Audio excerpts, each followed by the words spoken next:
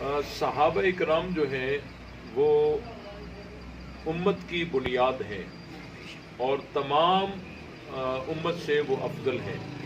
صحابہ اکرام دین کی اساس ہیں۔ صحابی کس کو کہتے ہیں؟ صحابی کہتے ہیں ایمان کی حالت میں رسول اللہ صلی اللہ علیہ وسلم کے ساتھ مل جانا، بس تیسری کوئی شرط نہیں ہے۔ بعضوں نے یہ شرط لگائی ہے کہ خاتمہ ایمان پر ہو، لیکن جو واقعی مومن ہو جائے، صحابی ہو جائے، وہ کبھی مرتد ہو سکتا ہی نہیں ہے، اور مرتد ہوتے وہ ہیں جو پہلے منافق ہوتے ہیں۔ تو صحابیت جو ہے یہ ایسے سمجھو کہ نبی پاک صلی اللہ علیہ وسلم کی صحبت جس کو مل جائے ایمان کی حالت میں، یہ صحابی ہے۔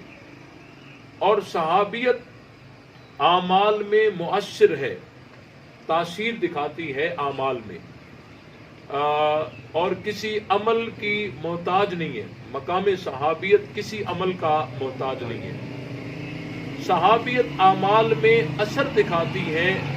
یہ نبی پاک صلی اللہ علیہ وسلم کا ارشاد گرامی ہے، لو ان احدکم انفق مثل جبل احد ذهبا ما بلغ مد احدهم ولا نصیفا۔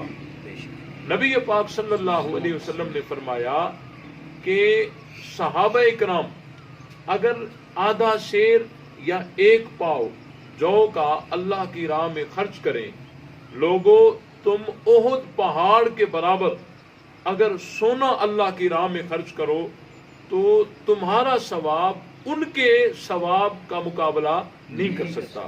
دیکھیں یہ صحابیت ہے اور یہ اعمال میں اثر دکھاتی ہے۔ اور ایک بات یاد رکھیں کہ مقام صحابیت وہ کسی عمل کا محتاج نہیں ہے، کسی عمل کا محتاج نہیں ہے۔ اور اسلام قبول کرنے کے بعد صحابیت کا مقابلہ کوئی عمل نہیں کر سکتا۔ اور صحابیت جو ہے، مقام صحابیت کسی عمل کا محتاج نہیں ہے۔ اگر کوئی بھی عمل نہ ہو پھر بھی صحابیت صحابیت ہے۔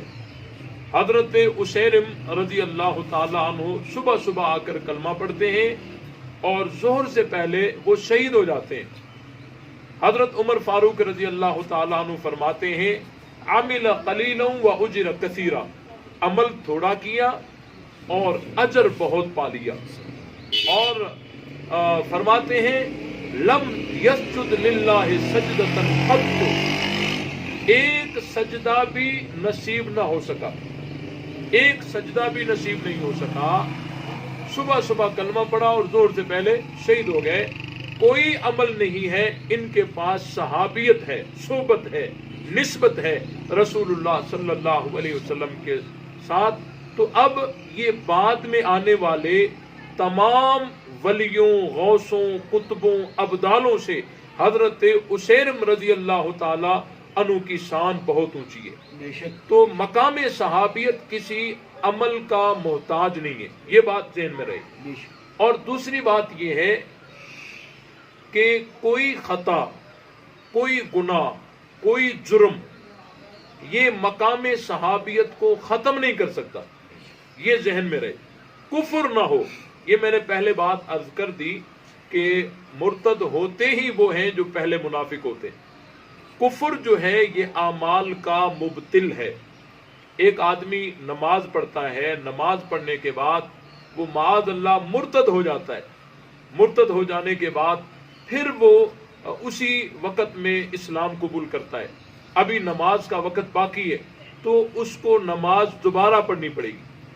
کیوں کہ جب اس نے کفر کیا تو اس کا پہلا جو عمل ہے نماز ہے وہ باطل ہو گئی۔ اب بعد میں جب یہ اسلام میں داخل ہوا تو اس نے وقت پایا اور نماز اس کو دوبارہ پڑھنی پڑے گی۔ تو اعمال کو باطل کرنے والی جو چیز ہے وہ کفر ہے۔ اب کوئی خطا، کوئی جرم، کوئی گناہ مقام صحابیت کو ختم نہیں کر سکتا۔ جس طرح ایک حاجی صاحب ہے، ایک حاجی صاحب ہے، وہ داڑھی منڈاتے ہیں، کیا خیال ہے وہ حاجی صاحب نہیں رہے؟